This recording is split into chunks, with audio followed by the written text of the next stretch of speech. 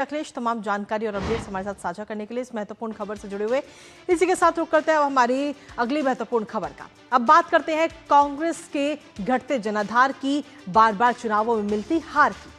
दरअसल केंद्रीय गृह और सहकारिता मंत्री अमित शाह गुजरात के दौरे पर रहे, जहां उन्होंने अहमदाबाद नगर निगम के 330 करोड़ रुपए के अलग अलग विभाग के विकास प्रोजेक्ट्स का उद्घाटन किया। और इस मौके पर उन्होंने कांग्रेस के द्वारा SIR का मुद्दा उठाए जाने पर तंज भी कसा, और सिर्फ तंज नहीं बल्कि जमकर हमला बोला। कांग्रेस और राहुल गांधी को नसीहत भी दे दी उन्होंने। अमित शाह ने कांग्रेस की गलतियां गिनाते हुए भविष्यवाणी भी कर दी। कांग्रेस पर हमला बोलते हुए केंद्रीय गृह और सहकारिता मंत्री अमित शाह ने कहा कि आप थकिए मत, अभी आपको तमिलनाडु और बंगाल में भी हारना है। राहुल आम लोगों के वास्तविक समस्याओं से दूर हैं। अब इसके साथ ही अमित शाह ने उन तमाम मुद्दों को भी गिनाया जिनका कांग्रेस ने विरोध किया था। अब आखिर कौन कौन से हैं वो मुद्दे बताएंगे आपको, लेकिन उससे पहले आपको दिखाते हैं अमित शाह का कांग्रेस पर ये तंज। तो जी हां, कांग्रेस पर भी तंज कसा और राहुल गांधी को भी आड़े हाथों लेते हुए नजर आए। उन्होंने कहा कि डेवलपमेंट की पॉलिटिक्स राहुल गांधी नहीं समझते हैं। जो जनता से जुड़े हुए मुद्दे हैं, राहुल गांधी अक्सर उनसे दूर रहते हैं, उन्हें नहीं समझना चाहते और इसीलिए बार बार वो चुनाव हारते हैं। ये बात गृह मंत्री अमित शाह की तरफ से कही गई। इसके साथ ही उन्होंने कहा, आगे भविष्यवाणी कर दी कि थकिए मत, अभी तमिलनाडु और बंगाल में भी आपको अभी हारना है। 2029 के जब लोकसभा चुनाव होंगे तो उस वक्त प्रधानमंत्री नरेंद्र मोदी के नेतृत्व में फिर सत्ता में बीजेपी लौटेगी और देश की सोच से मेल नहीं खाती कांग्रेस की राजनीति। ये बात गृह मंत्री की तरफ से कही गई। साथ ही उन्होंने कहा कि बीजेपी ने भरोसे और जनता की जरूरतों को समझा और उनके हिसाब से ही काम किया है, अपना शासन किया है। राहुल गांधी आम लोगों की वास्तविक समस्याओं से काफी दूर हैं और वो SIR जैसे मुद्दों को समझने में ही लगे रहते हैं। तो सीधे तौर पर कांग्रेस पर भी तंज और साथ ही राहुल गांधी को भी आड़े हाथों लेते हुए गृह मंत्री अमित शाह नजर आए। लेकिन इसके साथ ही उन्होंने अपने इस भाषण में कांग्रेस की हार आखिर क्यों हुई है उसका भी जिक्र उन्होंने किया।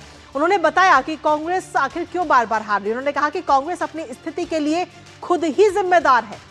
जनता की पसंद का राहुल ने हमेशा विरोध किया है। कांग्रेस ने राम मंदिर का विरोध किया है। आखिर वो कौन कौन से अहम मुद्दे हैं जिनको लेकर विरोध किया गया वो भी आपको बता रहे हैं। इस दौरान कहा कि घुसपैठियों को रोकने का भी विरोध कांग्रेस कर रही है। 3 तलाक का भी विरोध कांग्रेस की तरफ से किया गया। इसके साथ ही कांग्रेस ने आर्टिकल 370 का भी विरोध किया। जब संसद में उसको लाया गया था उस दौरान भी कांग्रेस ने इसका विरोध किया था। कई सारे सवाल उठाए थे कि हालात खराब हो जाएंगे, ये तमाम बातें कही गई थी। यानी कुल मिलाकर विरोध हुआ था। काशी का जब नया मंदिर बना तब भी कांग्रेस का ये विरोध जारी रहा। कॉमन सिविल कोड को लेकर के भी विरोध लगातार जारी रहा। पाकिस्तान पर जो स्ट्राइक हुआ उसका भी विरोध लगातार किया गया। तो कांग्रेस आखिर क्यों बार बार हार रही है, इन तमाम चीजों को सीधे तौर पर गृह मंत्री अमित शाह की तरफ से दिखाया गया और बताया गया। इसके साथ ही आखिर जनता से जुड़े हुए आखिर कौन कौन से वो अहम मुद्दे हैं, जरूरी मुद्दे हैं जिनका कांग्रेस ने लगातार विरोध किया, उसमें मुख्य तौर पर आता है राम मंदिर और सर्जिकल स्ट्राइक। आतंकवादियों के ऊपर जो सर्जिकल स्ट्राइक हुई जिसका कांग्रेस ने विरोध किया है, तमाम सवाल उठाए हैं।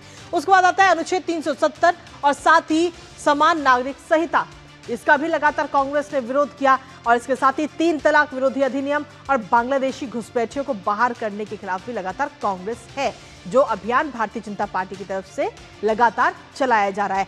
तो ये वो तमाम मुद्दे हैं जिनको लेकर जो जनता से सीधे जुड़े हुए हैं और भारतीय जनता पार्टी इस पर लगातार काम कर रही है। लेकिन वहीं दूसरी तरफ कांग्रेस इसका विरोध कर रही है। हमारे साथ हमारे सहयोगी अनुज यादव इस वक्त जुड़ गए हैं, सीधा उनका रुख करेंगे ताजा अपडेट के लिए। अनुज, अमित शाह ने सीधे तौर पर कांग्रेस पर भी हमलावर होते हुए नजर आए और साथ ही राहुल गांधी को नसीहत भी दी कि आप जनता के बीच में जाकर के जनता से जो जुड़े हुए मुद्दे हैं उनको समझिए, ना कि SIR जैसे मुद्दों को समझने में अपना समय व्यर्थ कीजिए। देखिए कृतिका, सबसे बड़ी बात है कि आखिर केंद्रीय गृह मंत्री अमित शाह को ये तंज क्यों कसना पड़ा।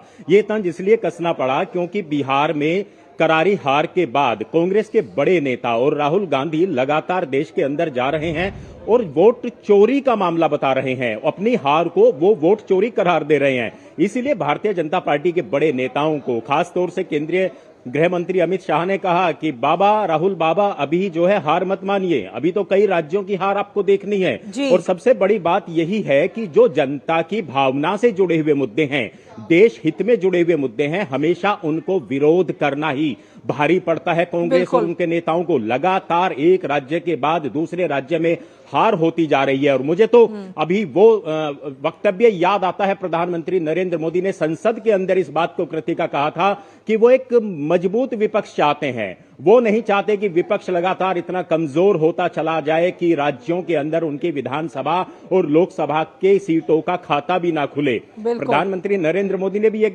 इस बात को कहा था संसद के अंदर। तो निश्चित तौर पर जब एनडीए सत्ताधारी पार्टी जो आज देश के अंदर है, प्रधानमंत्री नरेंद्र मोदी के नेतृत्व में जो सरकार चल रही है, वो खुद इस बात को कहते हैं कि एक मजबूत विपक्ष का होना देश में बहुत जरूरी है।